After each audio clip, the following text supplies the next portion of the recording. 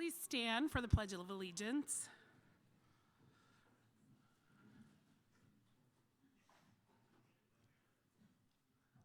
I pledge allegiance to the flag of the United States of America and to the republic which stands one nation under God, indivisible, with liberty and justice for all.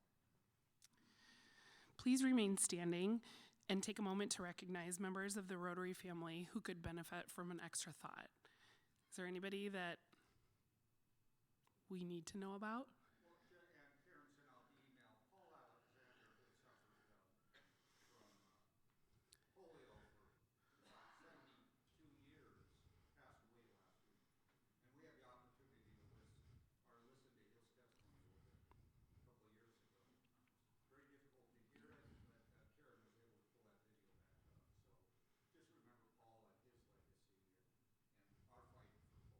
Absolutely. Thanks for that reminder. Anyone else? Let's pause for a moment, a moment of silence and extend our thoughts. Please be seated. Thank you. I'm going to hope my voice holds out here for the meeting today, so bear with me. Welcome to your chilly March 18th Ames noon Rotary meeting. I don't believe we have any guests. I think that's correct, Karen? Yes, okay. And luckily for all of you, Louis is not here today, so I will not lead us through the Welcome to Rotary song. Another warm welcome to our newest members up on the screen, Ashley Thompson from United Way of Story County and Callista Sievers from Green Hills Community. I think they're both here today, at least Callista is, okay? Reminder to seek them out and introduce yourself and get to know them. And then I think next slide says a reminder to bring your donations as we're all doing spring cleaning. Reminder to take your donations to Overflow and then hand your Overflow form donation card to Sandy Swanson at a meeting or probably at Overflow. I'm sure that would be fine too, so that we can keep that going and accumulate our pounds of donations. Next up, we have Bragg Bucket. Kent, will you help us? And who'd you say? Glenn? Awesome.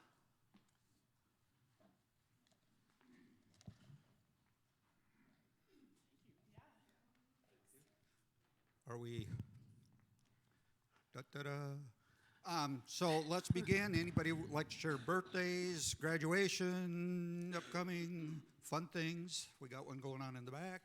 And Jamie, I'll come your way. I hear it works best if you pay up front. The big ones, not the big ones. Charles, we always want the money first from a pastor. He did good. Did good. All right. Actually, two then. Two for the president. One. Yes, that would help. That would help. I don't traffic much in the social media world, but I've been finding out lately how many people do. The 39th program of the Ames United Church of Christ, I have at least two flyers on your table, is John Pavlovitz. He's a well-known author, speaker. In Iowa State, when we mentioned to him he was coming, they said, we do want to have him. He will be here Thursday night, April 4th, at the Sunroom. So we're expecting a large crowd for that. And then he will have another program, including one that I think will be of interest to many people. It's called Compassion Fatigue for healthcare professionals and faith leaders, etc. So it's a full program. And we're very excited to have him. And wouldn't you know it, he's having a new book coming out. The title is Worth Fighting For, Finding Courage and Compassion in a Time When Cruelty is Trending.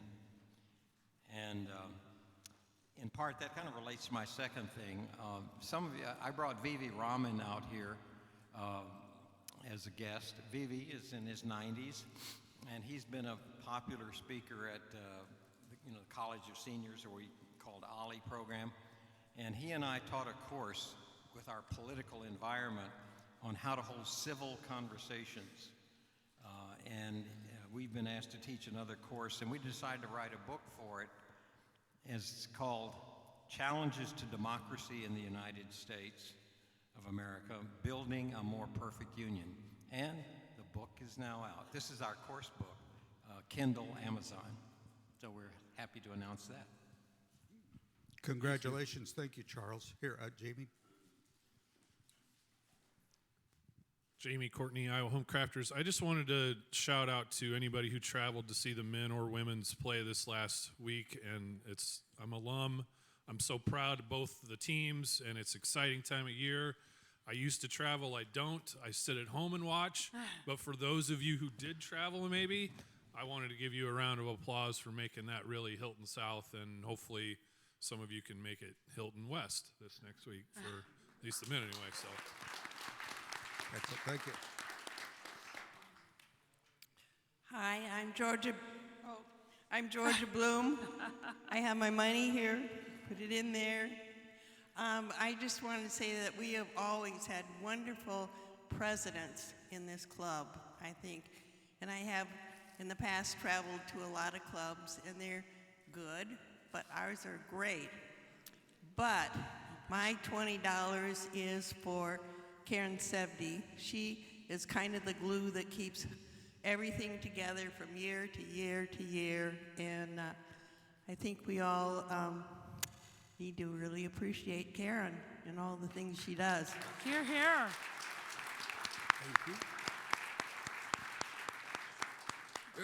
Georgie, as a past president, I haven't got a clue what you're talking about.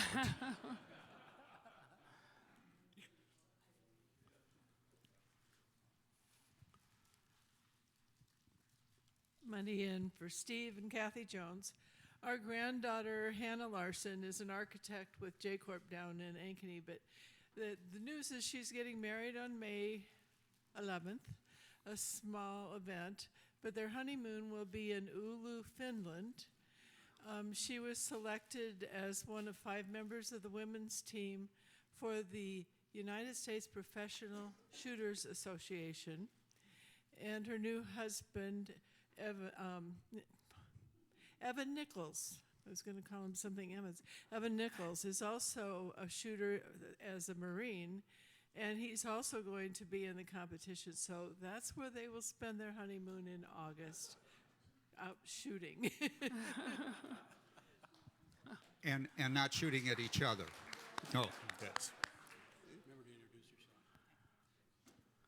I'm Beth Luke, and I'm with Friendship Arc, and I just wanted to take a moment to kind of brag about our upcoming fundraiser that we have going on. It's our biggest fundraiser of the year, the Tropical Sangria Escape, and it is as fun as it sounds, so I highly encourage registering. It's April 20th at the CPMI building, and we're having dueling pianos this year, and we're really lucky because they're donating 50% of all their tips to us, so please considering coming, having a good time, and supporting a great cause.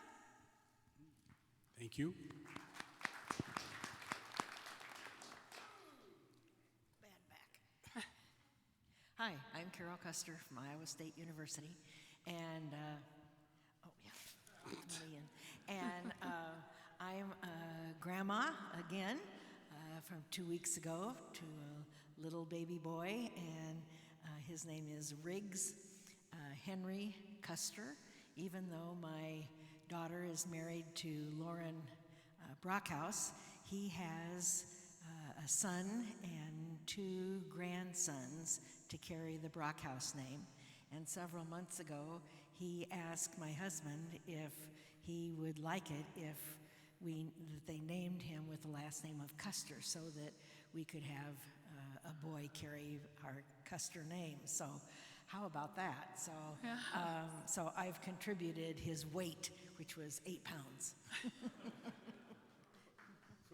Cool.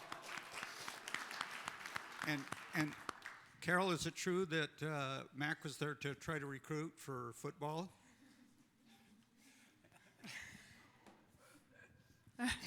Maynard Hobart. I didn't get to go to the Big 12 tournament this year because I was babysitting a dog, a snail, a cat, and 37 head of sheep. Well, our 11-year-old grandson and his parents and family went to London. He's on the 11-year-old pre-Olympic soccer team here in Iowa, and they played in a tournament in London over this last week and won 2 and lost 1, but a great experience for him.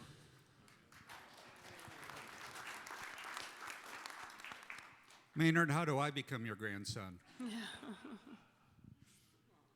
First, I'd have to learn how to play soccer. Anything else? I do have one. Those of you with Iowa State wear on, some kind of Iowa State emblem on your clothing, please stand up.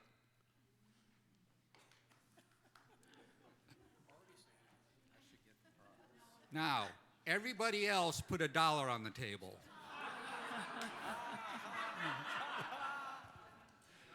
Our congratulations, obviously, to the Iowa State winners. And Yes. what a fun occasion we'll have in the next upcoming week. Thank you. Thank you, Kent and Glenn.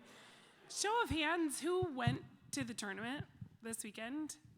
Deb? Oof. We didn't. Watched it on television. Yeah, and how many of you watched it on television? Me too. That was awesome. Actually, we watched it, we listened to it driving home from spring break with, 13 hours in the car, and everybody was ready to be home. So, okay. So at this point, I would like to invite Megan Klein-Hewitt up. She is Adult Services Manager of the Ames Public Library. She's going to give us a quick talk about their 2023 Rotary Grant Project. Let's see. Oh, I'm not leading the welcome song, that's for sure. Yeah, thank you. Beautiful. Thank you for that great introduction. And thank you all for having me. I'm here representing Ames Public Library in Adult Services and also Youth Services. My colleague Bree Anderson is a part of this as well, and we both thank you for the generous grant provided to our library. So a lot of folks can't get to the library when they want to, or even at all. Library staff and volunteers do a lot to bring library services out of our building, and that could include participating in parades, visiting campus every year with Bookmobile, trying to get people to sign up for library cards. But one commonality between older adults and young kids is that they often lack independent transportation. And so that leads to some of our largest services, Project Smiles and home delivery. So we do a lot of outreach to these two populations through programs. Like I said, Project Smiles, it brings library materials to youth at monthly story times with daycares and preschools, as well as bringing library books to them every month. And home delivery brings library materials to individuals who are older often, but otherwise unable to leave their homes to visit the library. That could be due to age or disability. But those options aren't always getting library materials into the hands of everybody that needs them. And that's where our deposit collections come in, and that's where this grant really helped us to expand those deposit collections. So deposit collections are a way to bring materials to those who can't get to the library. So library staff or volunteers pull together a whole collection of books, movies, music that might appeal to this specific audience.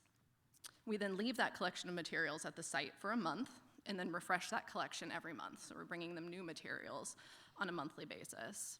Deposit collections are important because they provide a refresh of materials on a monthly basis, so folks have constant flow of new materials. And they also allow individuals to select for themselves what they want to read, as opposed to sort of having to decide ahead of time. They can browse materials. It's a more traditional library experience.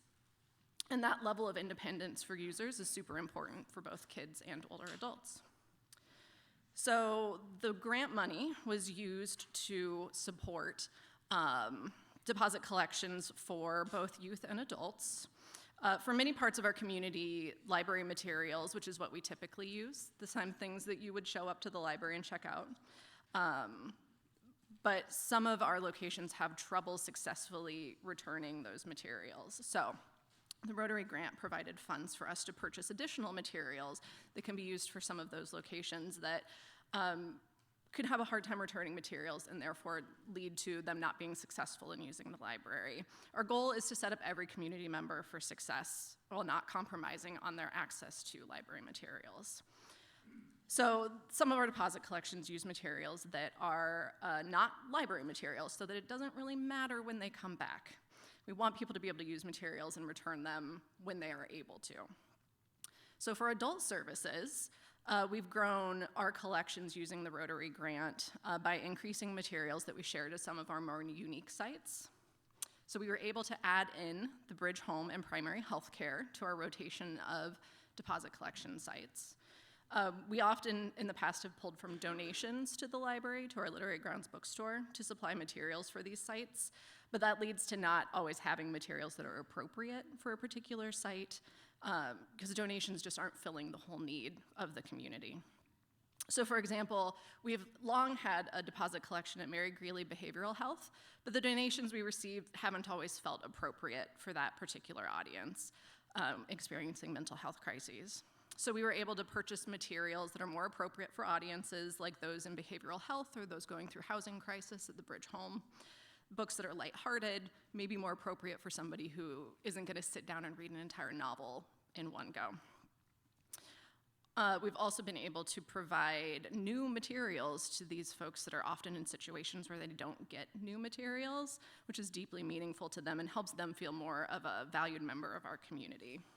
So the photo up there is our staff member Ellen, who is the person who really runs our deposit collections, and the Bridge Home Assistant Director of Shelter Services, Pasha Morgan. And that was the first day their facility received a deposit collection from us, and you can tell how excited they were to be able to have those materials for folks. In youth services, deposit collections like this are new for them. So they have Project Smiles. They have over 80 sites which they serve, which is astonishing. But this type of deposit collection was newer for them. So they really needed this grant to be able to fund all of the materials that they had to purchase to bring it to life. So right now, they have been able to add YSS's Rosedale shelter as a site, and Boys and Girls Club has committed to coming on in 2025 after the renovations to their building are complete. They're also looking into other opportunities to expand programs like after-school and summer programs at ACPC. And they also have used deposit collections through the summer enrichment through Ames Community School District, and all aboard camp for kids with youth with autism. So uncatalogued collections there help kids who maybe have overdue items and aren't allowed to check out on their library account, or in the case of some of the kids at autism camp, don't have access to their library account because of their particular circumstances. So thank you so much for everything you have given to us. You can see that these materials we were able to purchase with the grant really helped us to expand access to our community members far beyond what the library can do alone. So thank you.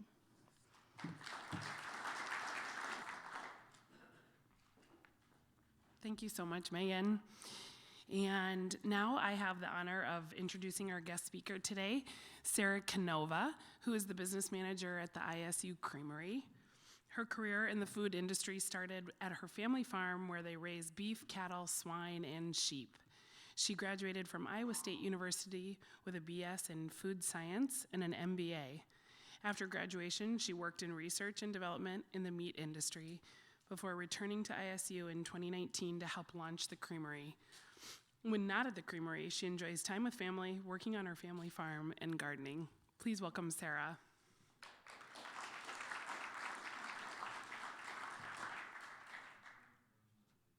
Hi everyone, how are you today? How many of you have been to the Creamery before? Oh, look at that. Good job by you. So today we're going to talk a little bit, I'm going to teach you about the history. I should stand right here.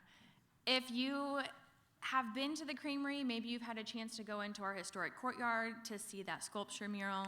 If you haven't, we're going to show some pictures, but we'll talk about the history, what our current products are. We have some new products coming out, but at any point during the presentation, please just shout out your questions or comments. Okay, so we're going to start with the background because we do have a rich history here at Iowa State of creameries, although ours just opened in 2020.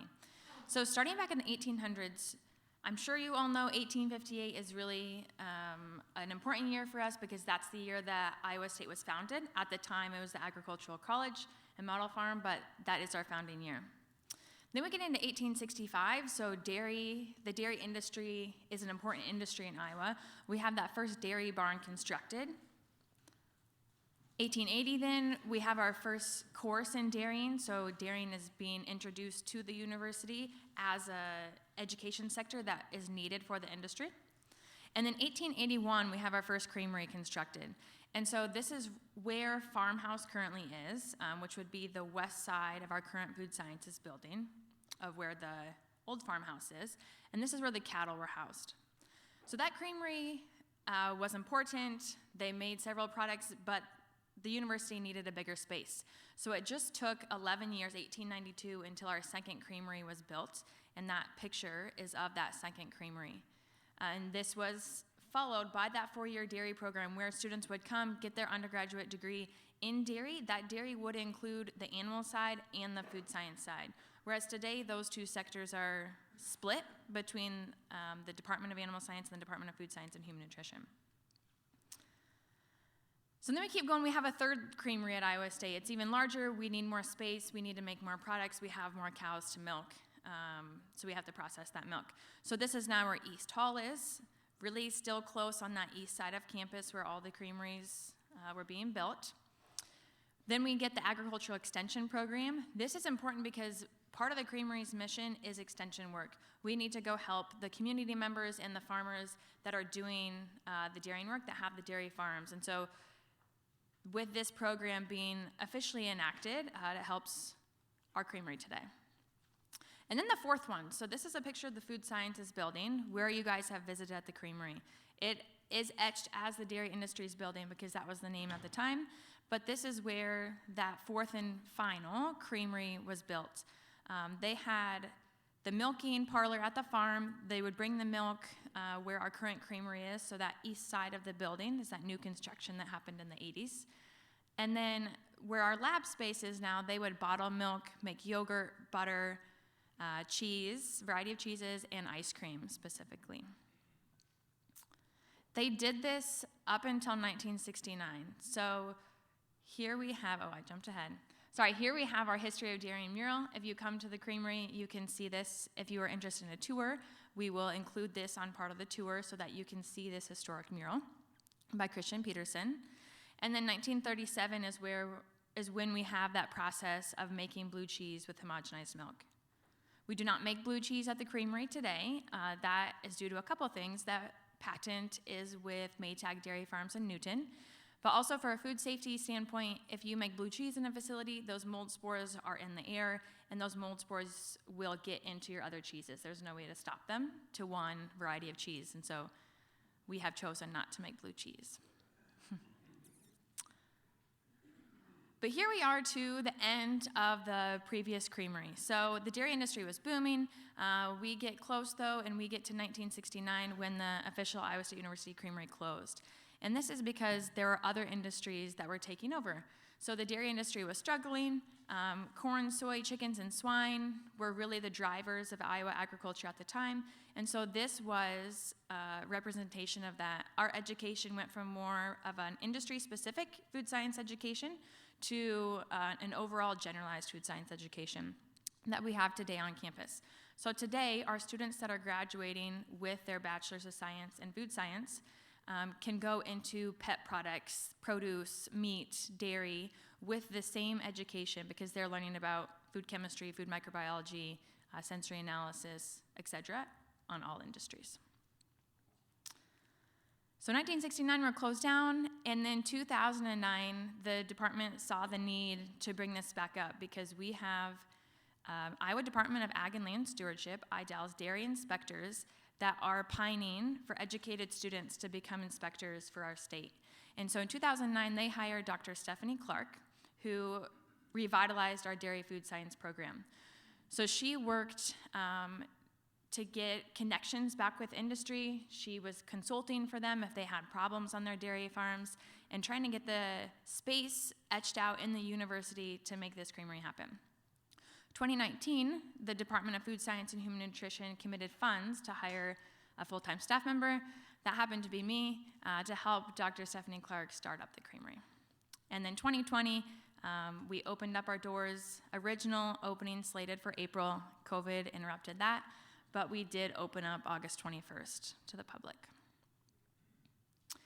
So to our mission, first and foremost, we are a university, and so we want to educate those students. We educate students, variety of backgrounds, variety of years. They also have an opportunity to apply to be the production student manager and the retail student manager, because we do have those students on each side of the business to help lead their fellow students and get that leadership experience that they need to go into the industry. These students definitely don't all want to go into the dairy industry or go start up their own ice cream shop, but they have that hands-on experience at the Creamery, as well as learning from students with different majors in order to have a better, well-rounded experience on their on-campus job. Second part of that mission is that extension work. So whether it's inviting customers in to help make cheese alongside us, which we do many times throughout the year, or going out and hosting workshops. Just previously, last week, we hosted a queso fresco workshop out in Dubuque County. So that was helping farmers who are currently just milking a couple cows learn one way that they can process their milk on farm to be able to sell that, because the price of milk is very low, unfortunately, but that price of on-farm processed products is higher. So helping them to be able to thrive and keep their dairy farm working by selling those processed products. And then lastly is increase the consumer's love for dairy. So we have a large platform at Iowa State University. Although we are kind of hidden away currently on the east side of campus in the Food Sciences building, there are still thousands of students, faculty, and staff that come through the doors, and even more community members who love Iowa State University and who are loyal to us. And so we have an important role to share the dairy story, what is happening in dairy currently, what innovations that we can make in dairy to promote the industry as a whole. So back to the students, because they are the backbone of our operation. So these students help with formulation. For example, Lucy Slazewski is the girl with the blue hair closest to the font. So she created Slazewski Swirl, and that is our vegan frozen dessert. And that was part of her internship project. She had a passion. She was lactose intolerant herself, so she had a passion for creating a product that people could come to the Creamery and enjoy a Creamery product with their friends without consuming lactose. They're involved in pasteurization, so that picture next to Lucy with our students in their garb, as we call it, but their white production coats and their masks, they pasteurize our ice cream product because we are pasteurizing ice cream mix from scratch. We are currently sourcing our milk from Anderson Erickson Dairy with the ultimate large goal to be able to source from our own ISU dairy farm. But that the dairy farm is in an exclusive contract, and they produce significantly more milk than our small pilot plant can take in at this time. So for now, we are purchasing in pasteurized milk and pasteurized egg yolks for our formulation, but we are repasteurizing that mix to meet inspectors' requirements and to teach our students about the pasteurization process. Ice cream freezing, so everyone's favorite day. That picture down in the corner with the students sampling the ice cream. They do hand pack all of our ice cream containers. It's very labor intensive. They are lifting up those 80-pound milk cans to dump that ice cream mix into the freezer. And then, of course, we have to do sensory at the beginning of each session, whether that's for morality or just the sensory analysis itself. Cheese making, I don't have a picture of cheese up there, but we do make cheese at the Micro Creamery, and that has a lot of chemistry involved in it to teach those students. And so they are in charge of that cheese making, in charge of testing the titratable acidity throughout the day to ensure that we reach the appropriate level of acid before we can start packing that cheese. Customer service, our students work in the retail store. Not all students do. Students have the choice when they come to work for us if they want to work only production, only retail, or a combination of both, but we do have those students that serve customers at the dipping counter. Finance management and social media management are two extra tasks that some of our retail students have. So they are in charge of cash deposits every week, making sure that our cash flow is appropriate for the season, and then social media management because they know the students best. I can guess on what the students are liking, but they know their peers best, and so we really rely on them to push the ISU Creamery social media and get the word out every year that we have new incoming students that we're there and what products that we can offer them. And then content creation. We recently partnered with Read Across Iowa, so the ISU extension program, and we had students who, in that upper corner, Katie and Hannah, they read the book about how to make ice cream in a bag. They showed students how to do it, and then our PR student created a video for this experiment, and that is being shared with local communities so that teachers can show this video in their classroom for a fun experiment to do. So the retail store, in case you're interested in visiting, we are located in the Food Sciences building.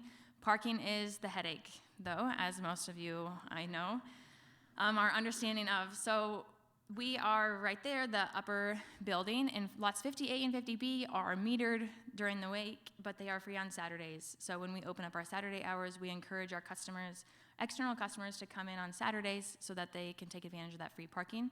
Otherwise, there is metered parking in the east parking deck. So our hours, right now we're open noon to 5, Monday through Friday. And April 13th, we'll start our warm season, so that just includes Saturdays being open noon to 5 as well. That will persist through the fall, so when there's a home football game and away football game, it doesn't matter, we will have our retail store doors open.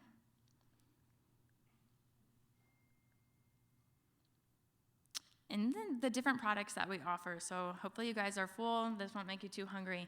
But we have over 25 flavors of ice cream, again, that we produce from scratch. So in our dipping cabinet, we offer single scoops, double scoops, triple scoops.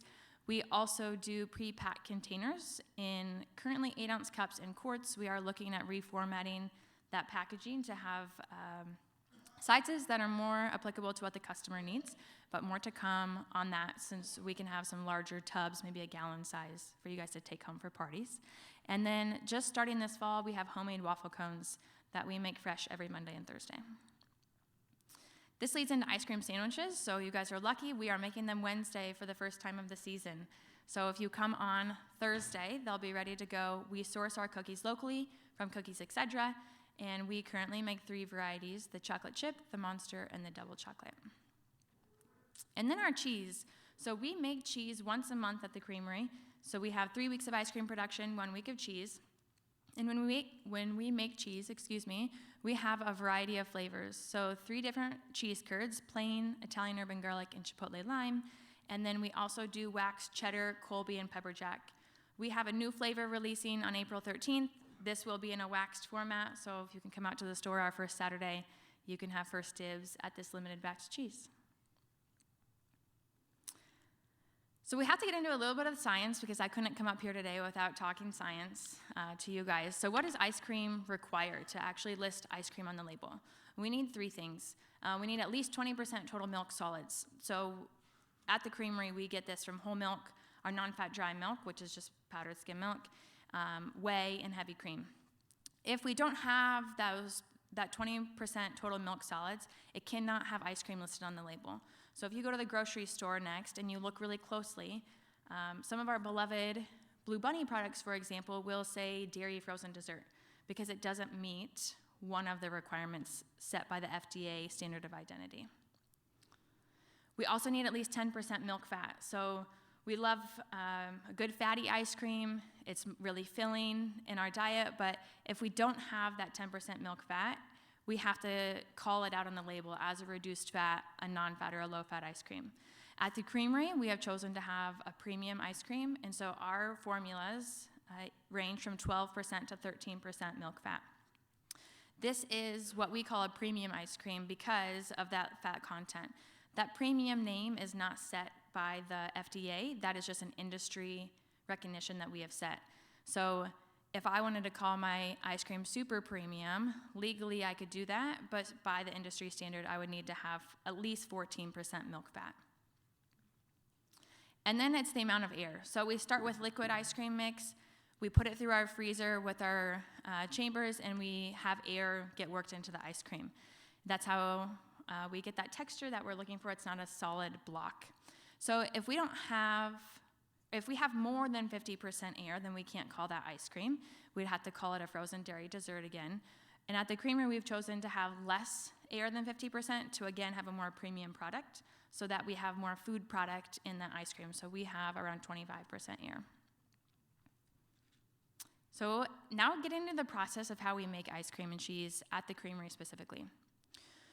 We blend together all the ingredients. So we start with our dry powders. This would be our cocoa powder, our non-fat dry milk, whey protein concentrate, our stabilizer, and we have to mix those all together outside of the liquids. And this is because some of our products, or some of those powders are hydrophobic, and so if we were to mix those hydrophobic powders directly in to that milk vat without the sugar, for example, helping to blend it, then they would just clump up and we get what is called fish eyes in our ice cream. Looks like tapioca. It's pretty disgusting, honestly. We've made that mistake before. So we blend together all those powders. Then we pour them into our pasteurizer. There's a picture of our 50-gallon batch pasteurizer that we use at the Micro Creamery. We blend the milk and those powders together with our high shear blender until it's a homogeneous mixture. And then we have to use a large spatula, for lack of better words, to mix in our heavy cream. Because as we've done previously, if we mix in our heavy cream with our high shear blender, then we get these large butter granules because we don't have a homogenizer to send our ice cream mix through. So we do have to do that mixing pretty gently. After pasteurization is over, and pasteurization for us with our premium fat ice cream is 155 degrees Fahrenheit, held for 30 minutes, then we have to cool that mix and age it for 12 hours. Aging is normally something that we think about with wine or cheese, or at least that's what I thought about before coming to the ice cream industry. But aging for ice cream mix is important so that those stabilizers and emulsifiers can become fully hydrated. And if we don't give them time to become fully hydrated, then we won't reach their full functionality. So this just means that we're sticking it in the cooler for 12 hours. Then we add our flavorings and colorings. So we come in, we pasteurize on Tuesdays, and then we freeze on Wednesdays and Thursdays. So we add our flavorings and colorings depending on what batch we're making for the day. For example, we have 6 bases of ice cream mix, and from those we get our 25 flavors of ice cream. So our Legacy, which is our peanut butter ice cream, and our Winter's Green, which is our mint, all start with that same white base mix. And we just add peanut butter or mint, green coloring, vanilla, etc. to differentiate most of our flavors. Then we put them through our freezer. So unlike Blue Bunny, who has this state-of-the-art continuous ice cream freezer and filler, we do have a batch freezer. So that batch freezer to us, looking at it, would look just like one that you'd see at McDonald's or Dairy Queen. Has those pull handles out front, comes out a soft serve, and we hand pack into containers. All ice cream does start as soft serve. We're not unique in that instance, but it's just that ours looks like a retail soft serve machine rather than a production line continuous freezer. We then layer in our inclusions and variegates. That would be our brownie pieces and our chocolate swirls, because we don't have those fruit feeders, such as a large ice cream manufacturer would, that would automatically put in those inclusions throughout the container. So we have our student labor to do that. We pack into those containers. So like I said, we currently have 8-ounce, 32-ounce, and 3-gallon tubs that we're packing. And then we store it in our freezer for 24 hours for hardening. Once those 24 hours are over, then we consider that our hard pack ice cream, and that is ready to go out the door for retail sale. The cheddar cheese process is, we're gonna go a little bit more in depth with this, just because most people haven't made cheese before. Have any of you guys made cheese before? No, we eat it? Okay. So we will be making cheese next Thursday. If you guys are interested, our Micro Creamery has those windowed off area, and you guys can come and watch if you're interested from 8 to 5. But what we start with our cheese is we have to bring in fresh pasteurized milk. For our cheese, we are currently sourcing our milk from Picket Fence Creamery out of Woodward, Iowa, another local source, and that is because we need pasteurized, non-homogenized milk that can provide us small batches that's really infrequent. And we want non-homogenized milk because that helps. So homogenization, the fat has to go through the microfilter. It breaks up the fat globules. Homogenized milk, you'll have that cream plug on top. With homogenized milk, that whey will want to bind that calcium. And so that will make, if we were to use homogenized milk, it would make our curds softer, and we'd have a lower yield on our cheese. And so in order to help our yield on our cheese and have a firmer curd, we want to use this non-homogenized milk, which we source from Picket Fence. So we warm that milk up, we add our culture, which is our good bacteria, to our vat of cheese, and we start waking up the culture because we have a freeze-dried culture that we have sourced. So we need to get it to around 88, 90 degrees Fahrenheit. Then we add our coagulant or enzyme.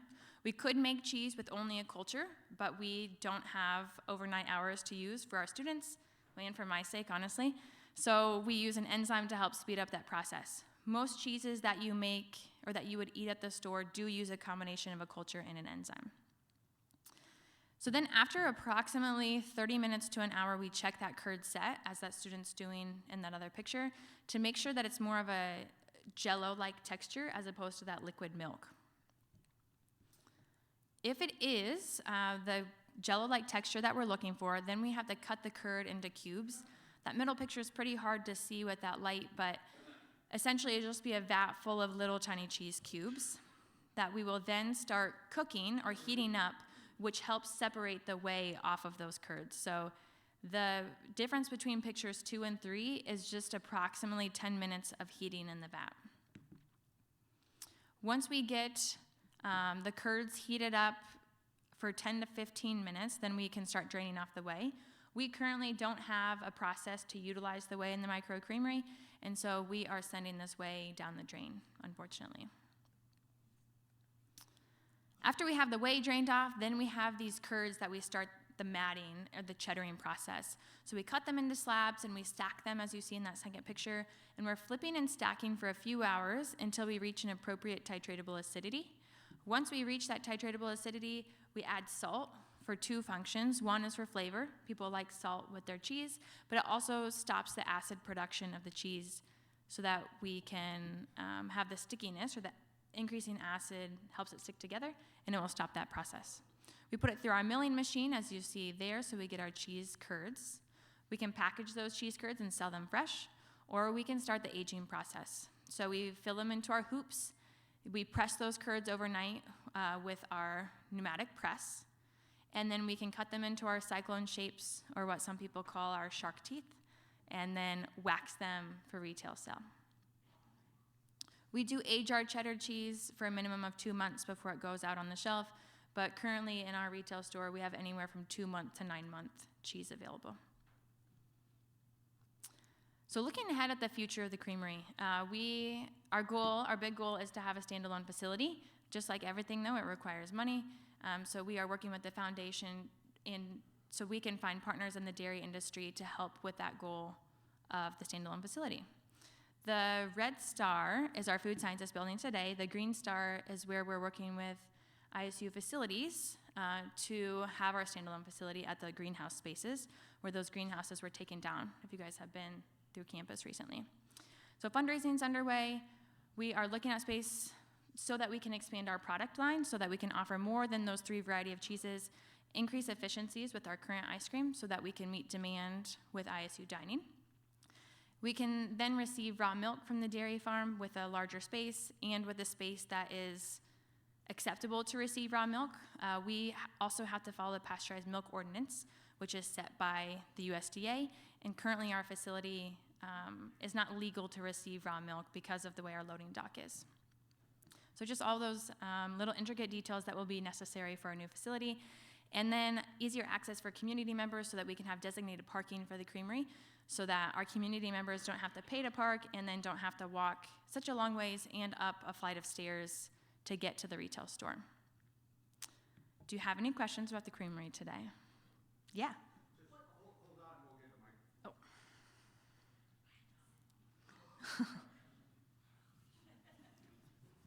You don't need it, but What's the difference? You said 2 months versus 9 months cheddar. Yes, so What happens over those? Thank you. So the difference between 2 months and 9 months cheddar will be the sharpness of it. So when you go to the grocery store, you can see a mild, medium, a sharp, and an extra sharp cheese, and that's how long it's been aging. The longer you give those bacteria to continue to ferment, for lack of better words, it will give a sharper, nuttier, more full flavor in your cheddar. Thank you. Hi, I'm Tammy from Stevens. Sarah, thank you. We partner with ISU Creamery, and we have one coming up. They're actually going to turn their Campanile Kiss. They're going to add some extra pink, red coloring to make it pink, and we're doing a Mean Girls edition of Campanile Kiss, and we'll sell it across campus, hopefully. And we'll put it out there with our Mean Girls show that's coming up April 11th, and we hope to have it for sale at our concession stands as well. So we've partnered with them on a few things. We do use their ice cream for our donor events now, and for our backstage artist gift, we include the ISU Creamery Theater, and not theater, ISU Creamery, and maybe Sci-Town for your new location. Yeah, we're excited for this partnership for Mean Girls. We have an extra pink ice cream. You guys have to check it out. And Tammy will contribute $5 to the brag bucket for that one. Hi, I'm Carl Byrne. Two things. First of all, you said the creamery shut down in 1969. There's some drama and an interesting story about that. Maybe you could tell that. Second thing is, there was a time when most land-grant schools had an ice cream store that was open to the public year-round. And I believe it still exists at Lincoln and at Utah State and maybe other places. Can you tell the story of the demise and the resurgence of the Iowa State store? Thank you. Yes, I can. So part of the story is the education was changing. That is a truth, a half-truth. The other half-truth is that there was a perception of unfair competition because the dairy industry was struggling. So that means that our local dairies in the Ames area were not thriving, and the University Creamery was thriving. So with that perception of unfair competition, because we are tax exempt, the university decided to save relations and to close down the creamery to help with those relations with industry members, because we do ultimately want the industry and our local partners to thrive. There were many creameries that stayed open during that time, even when the dairy industry was struggling, and those are the big names that we still know today. So we have our Penn State, Madison, Wisconsin, Utah State, Washington State, just to name a few. There are several of them. Thankfully now, though, we do have a group of university creameries that all the managers get together once a year, every summer, to share best practices. So this has been really helpful as we're starting up, that we can gain knowledge and insight from these creameries that have stayed open for all those years and have those 100+ years of experience. Thank you for asking that. Yeah, hi.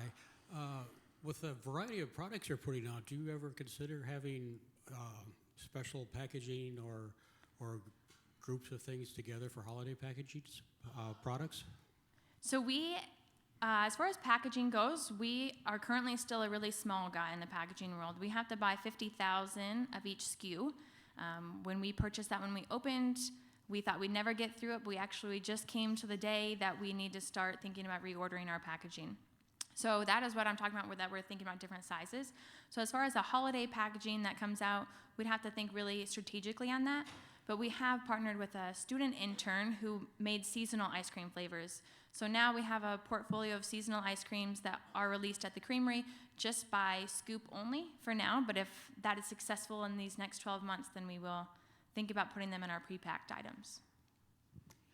Some of your names and some of the flavors are very, very creative. How do you come up with those as a group? So our flavors have been created a variety of ways. Originally, we had 6 flavors, more of our basic flavors that we created, and yes, they're all tied to Iowa State through the name itself or through the description. So for example, our vanilla ice cream is a classic vanilla, but we call it 2 swans to honor Lancelot and Elaine. And then we have a legacy ice cream. That's our signature ice cream. That's a peanut butter and butterscotch with chocolate-covered Rice Krispies. And that is to honor George Washington Carver for his research on peanuts and Mildred Day for her invention of the Rice Krispies treats. Since then, we've had just several collaborations or competitions within the university to come up with the rest of our flavors. And even just some of our own creamery students have had ideas that have been vetted through surveys that we've done with our customers and proven to be successful for us to roll out. So, couple questions. Yeah. The QR code at the bottom right, it looks like Psy is in that QR code. Is that just me, or was that on purpose?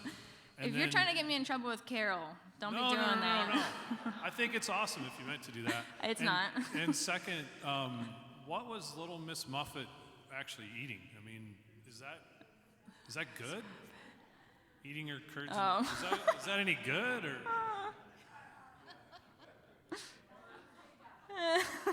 I appreciate that help out. If you want, you can come when we're making cheese and you can try the liquid whey. We do make all of our we encourage all of our students to try that liquid whey to see that part of the process, but it's pretty good. Is there ever a chance that you could get Hy-Vee or Fairway to give you a part of a cooler to put the product out so we all could get some daily? That is a great question. So we have had Hy-Vee actually reach out to us, and we've had Casey's reach out, interested in our product, but currently our license with the university is an internal license, and so in order to fulfill the requirements for that license, we do only sell on campus. Carl Byrne again. Now there's a dark side to that 1969 story. Either you don't know it or you chose not to say it. But as I remember, Dr. Nielsen was running the Creamery then, and he was supplying milk to all the dormitories at ISU and other places, and everything was thriving. But then the story I heard was that somebody planted a cockroach in his milk, and it turned up in one of the dormitories here. And that story went public and killed the whole thing. Is that true, or is that a... Full honesty, I've never heard that story before.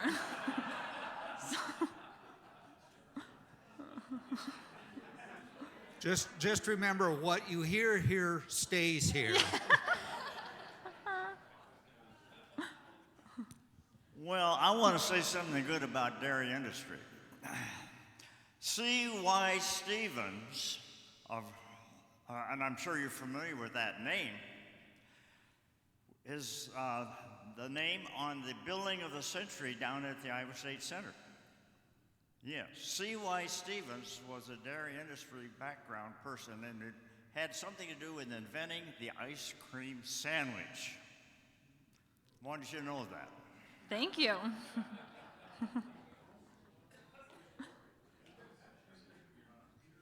I think we're there.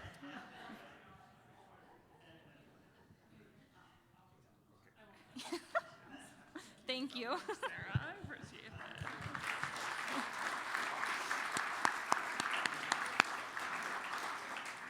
I think we could all go on and on. That was so interesting, Sarah. Thank you so much. And before you go, we'll have you sign the back of a book for that will be given to a 2-year-old at their well child checkup.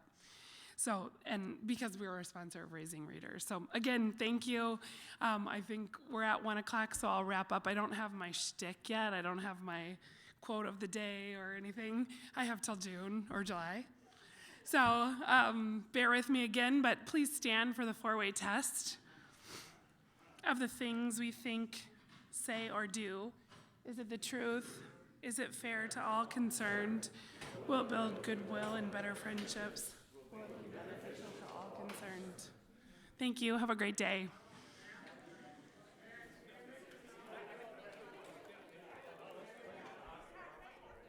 Yeah. We have an announcement. Sorry. Can everybody